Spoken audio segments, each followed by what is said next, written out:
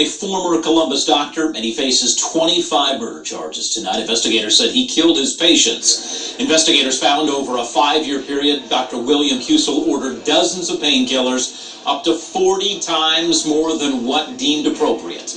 The victims at the Mount Carmel Health System were between 37 and 85 years old. The fact that she possibly could have walked out, that makes it that much worse. Husel's lawyer said he never intended to kill anybody. Prosecutors said Husel's motive remains unclear.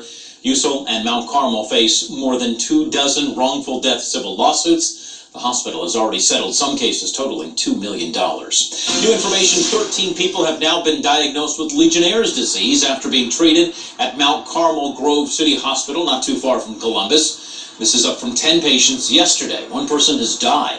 Health experts do not yet know the source of the Legionnaires. And tonight, new video to show you of a car hitting a Florida trooper. We do want to warn you, this video might be hard to watch. Now watch as the trooper finishes talking with a driver in this SUV. His partner's in the middle of the traffic stop on the shoulder. Seconds later, the driver they pulled over hits the gas, throwing the trooper onto the hood and then into the air. And that trooper did have to go to the hospital. As you see right there, he was hit. Later, they found that car abandoned. And now to a video people are watching more than once. Need you to watch this closely. You can see this is a hiker being rescued in Arizona. After crews loaded the 74-year-old woman into that basket, the chopper took off, and turbulence, look at that, from the chopper's rotor caused the basket to spin out of control. The chief pilot for Phoenix's police department said a line attached to that basket was supposed to keep this from happening, but that did not happen in this case. It took about a minute for crews to stop the basket from spinning. The woman was dizzy and nauseous following the rescue. And today, the last cruise ship visiting Cuba left for the United States. For years, tens of thousands of Americans boarded cruises to visit Cuba, but new travel restrictions banned cruises and airplanes from providing transportation to the island. The Trump administration said stricter travel rules will keep U.S. dollars out of the hands of Cuban officials. Previously, President Obama eased travel restrictions for Americans wanting to go to Cuba.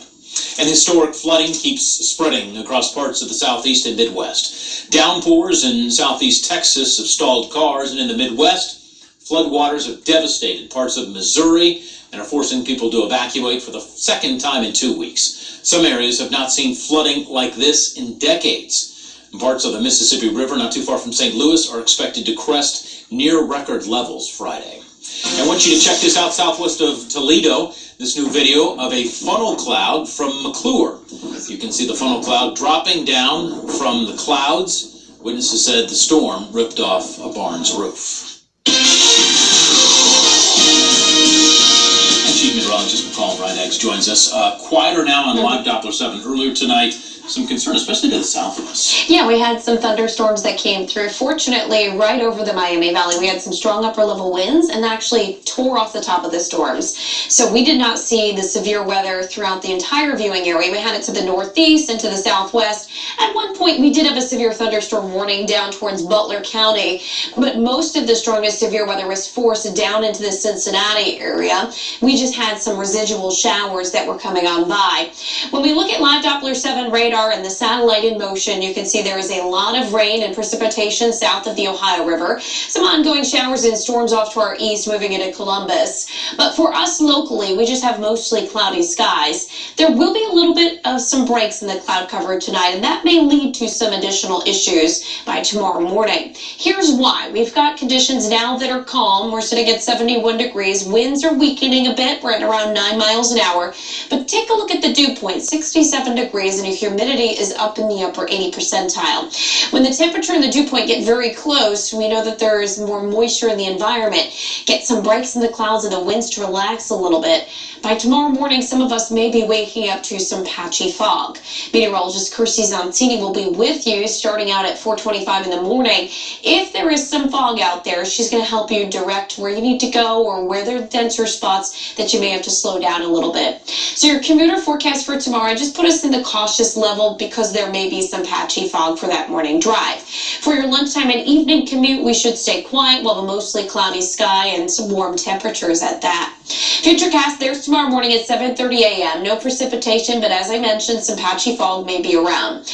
As we head towards midday, we may see a little bit more in the way of cloud cover, and then there's a slight chance that a few downpours may bubble up south of I-70 into the early afternoon hours. At this point, I don't see widespread chances for showers. Most of us will stay dry, and the chances for thunderstorms really are on the lower end.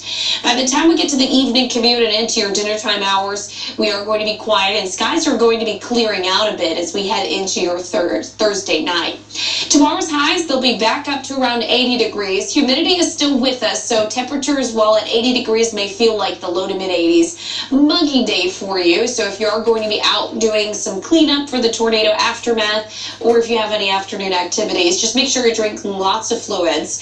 Friday will be another nice day to do some cleanup. Saturday, watching for the threat for some showers and thunderstorms that might fire off late day. So there's Futurecast. Saturday morning, we have a mostly cloudy sky. We'll see some breaks in the clouds at times, but still somewhat quiet by 4 p.m. As we head towards late afternoon, early evening, some showers and storms may fire off to the south, and then we'll look at increasing chances for showers and thunderstorms as we head into our day on Sunday. Now, scattered showers and storms will be with us, as I mentioned, for late weekend and are expected to stick around into the early part of next week, and that's also when we see a cool down from the 80s back into the 70s. Meteorologist Kirsty Zanzini will be up with you at 4:25, tracking any patchy fog in the morning and looking at that threat for storms this weekend.